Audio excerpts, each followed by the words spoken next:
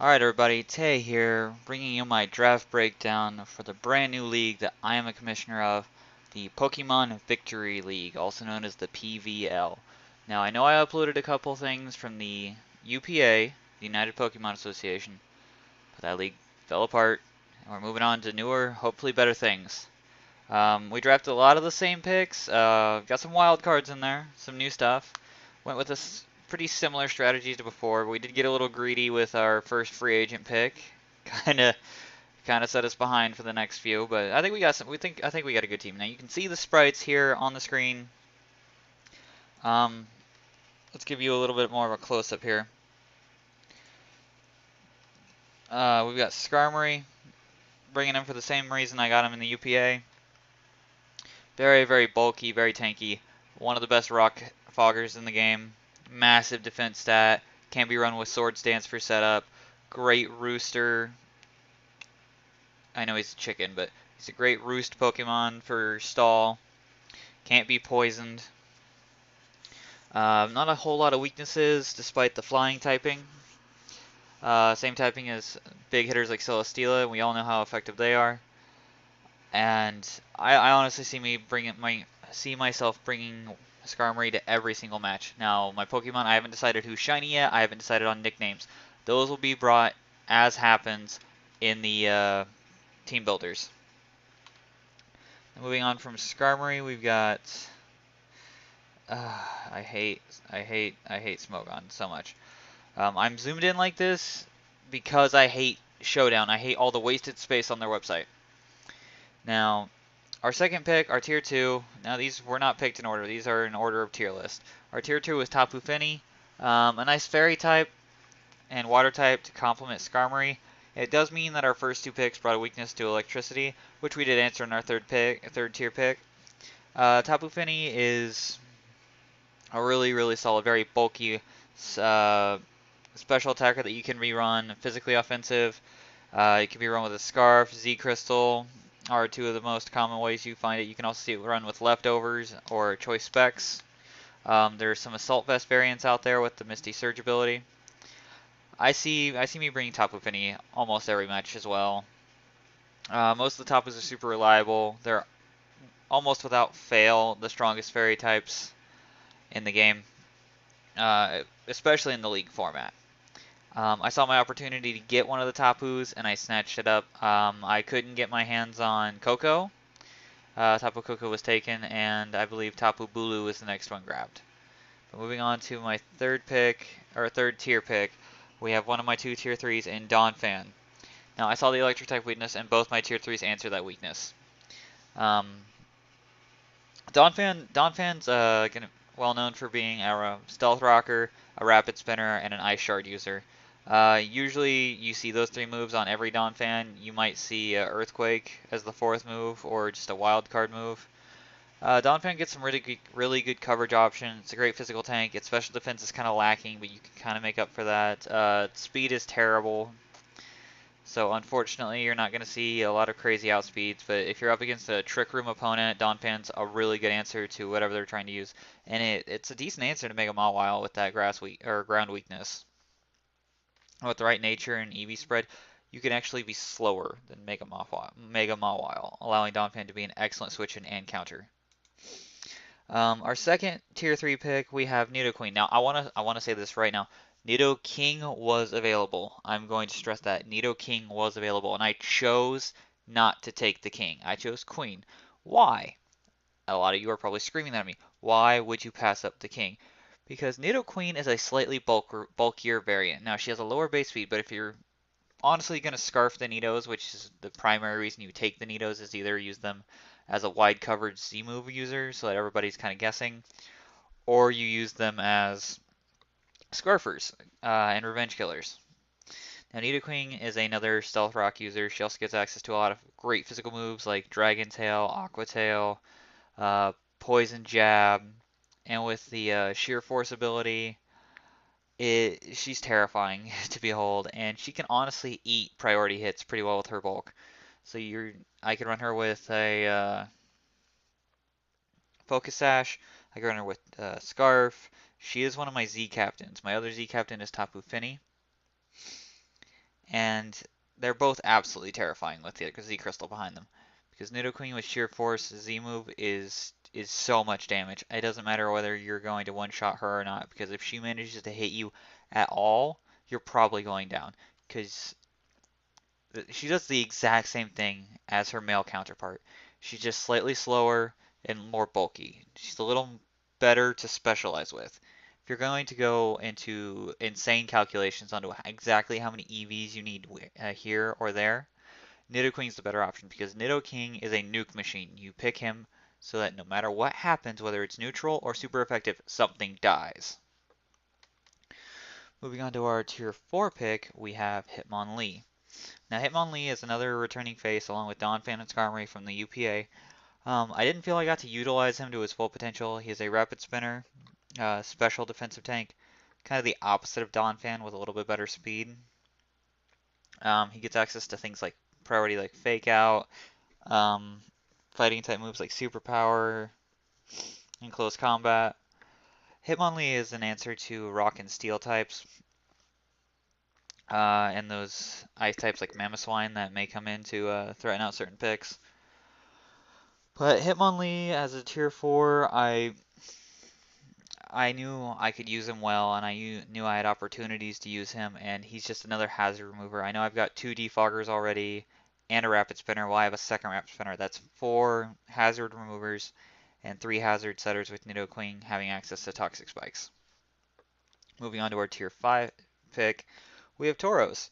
Now, anyone who has played the Gen 1 games knows what Tauros does, who he is, how strong he used to be, because Hyper Beam Tauros in Gen 1 was terrifying. Unfortunately, since the physical special split, Tauros has lost a lot of that threat. At a base 110 speed, he is pretty quick. He's in a really high speed tier. You put a Scarf on this guy, and he's going to run circles around almost anything on the field. With a Choice Scarf, he does outspeed Mega Lopunny, Jolly Mega Lopunny. And he gets the Sheer Force ability as well. He also gets Intimidate, and he has a decent decent physical defense stat. But I'm not going to be throwing him into fighting types because, of course, he's going to take super effective damage. Tauros is going to be a big coverage monster with that Sheer Force, just like Nidoqueen, but he's faster. He's a normal type, so he has fewer weaknesses. He's better for switching into things with Intimidate.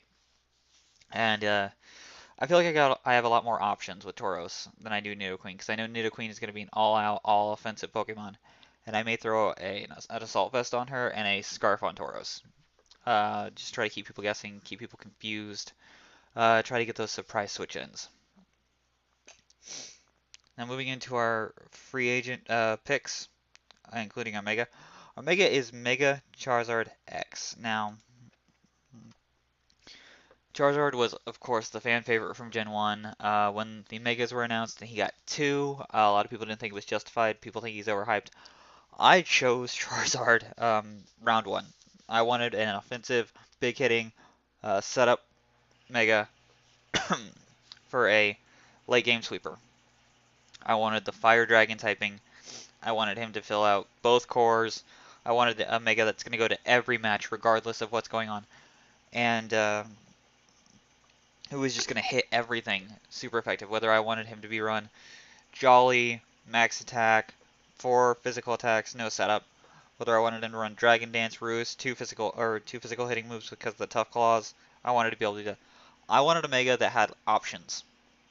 And Mega Charizard X does that, and with a base 100 speed, Jolly Nature, and at 1 Dragon, it's a +1, he can run through teams. And if you do not have a switch-in, a dedicated switch-in for this guy, or if you don't have rocks up before base Charizard comes in, he will destroy you.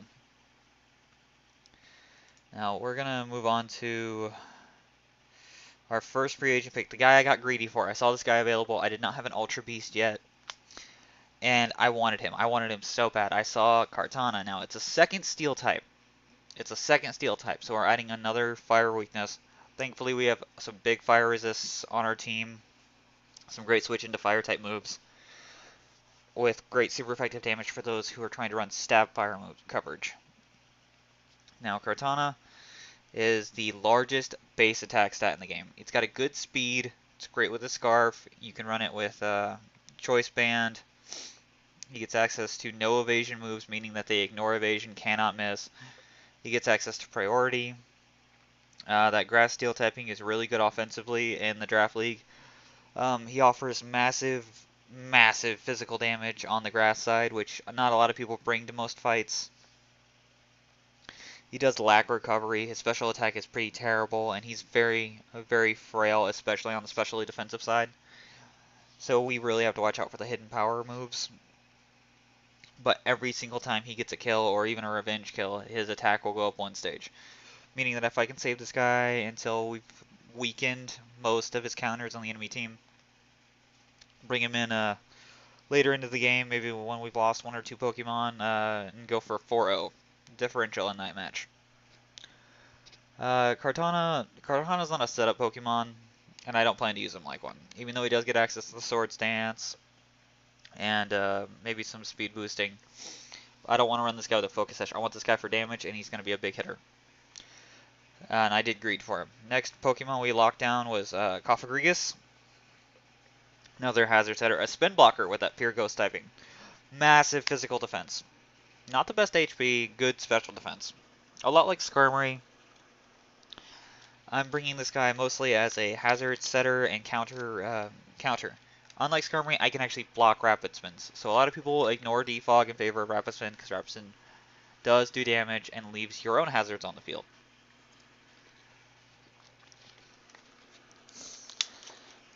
And in doing so, you leave yourself open to prediction plays. Now, of course, you can predict the prediction and run a dark move on your Pokemon, but this Season 1 draft, I don't predict anyone being that good at reading into plays. And with the ability mummy, the moment you make physical contact with Cofagrigus, you're going to lose your ability, whether that's Tough Claws, Huge Power, Beast Boost, it doesn't matter.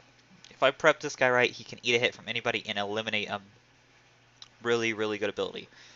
I'm thinking about Moxie users, Beast Boosters, and similar. Intimidate Pokemon. Oh, I would love to get rid of Intimidate on a lot of Pokemon in the league. And I think Cofagrigus is just going to be an annoying pick for everybody to deal with, and you're going to see him often. I cannot think of a situation where I wouldn't bring Cofagrigus, and I can tell you right now, before we get to a team builder, this will be the first Pokemon I can flat out say this. They will be shiny. I don't know what nickname they'll have, but they're going to be shiny. Our next free agent pick is Walrein. I wanted an Ice Shard user. I wanted somebody who can use Avalanche. Someone who could hit really hard, who could come into fights, who could set up the bulk.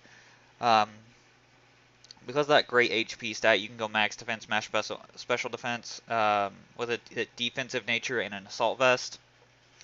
And for offensive moves, you could run stockpile leftovers. You could go stockpile Chesto Resto. Okay, what am I thinking here? A lot of people who own Sun and Moon, the physical cartridge or the online download, know for a fact that Walrein is annoying. He pops up all the time on the battle tree, and he does the same thing every single time. He's huge, he's bulky, he's hard to kill, and if you don't have a fighting type move or similar to hit him hard on that ice typing, he's just gonna wall you out. Now, for our last pick of the match, or draft league, we went for Toucannon. Another mostly defensive pick, even though his defenses aren't great. He's got a good HP stat, big attack stat, low speed. Like most of the 7th generation, he just doesn't have the stats that you expect to have. But he gets access to a signature move called Beak Blast. Now, it's guaranteed to move second, regardless of speed tier. But anyone who makes contact with him when he activates that move gets a burn. Guaranteed burn. 100% burn if you can predict a physical move. So if you see a Choice Band user and they go for any kind of contact move, Quick Attack, Bullet Punch, Mach Punch, Body Slam, whatever, I can guarantee a burn on that Pokemon if I bring Toucannon. Now, whether Toucannon survives or not, we can't really predict that. But Toucannon gets access to Defog, Roost, basically a much more frail version of Skarmory, but a much better physical attacker. Another Pokemon I can bring into Trick Room teams, especially slow teams, and really do some work with that low speed. Now it's not the lowest speed in the world, so it's not the best. It's not like a perfect answer to those, but it's another option, and I think it was worth picking up. There were better options. There were better generalist options, but I wanted two cannon. And that's our team. Hopefully they come together. Hopefully we make some magic happen. But with these 11 pokes, we might make some free agent picks to people who don't work out in the first couple of weeks. Um, I'm not 100% sold on two cannon. I'm not 100% sold on Walrein. If I have to, I will get rid of Kartana for a more reliable grass type, one that's not 4 times weak to fire with no special defense. But I like the team we drafted. I like the team as I see it. I like the team as I see it. We've got a lot of different coverage moves. We've got our cores covered, and we're in a good speed tier. We're in 80s to 110 in most of our picks. Of course, with our tankier Pokemon, we are much lower than that. But with the exception of Cofagrigus, Donphan, Toucanon, and Walrein, we're up there. We really are up there, and I think we can reliably count on. Now, I don't have a lot of pivot users, so we're lacking a lot of momentum. But I don't think it's gonna matter. I don't think it's gonna matter. I think we're either gonna run through teams or we're going to grind them down to dust. And anyone who can break our walls deserves the win. But I will see you guys in the PVL.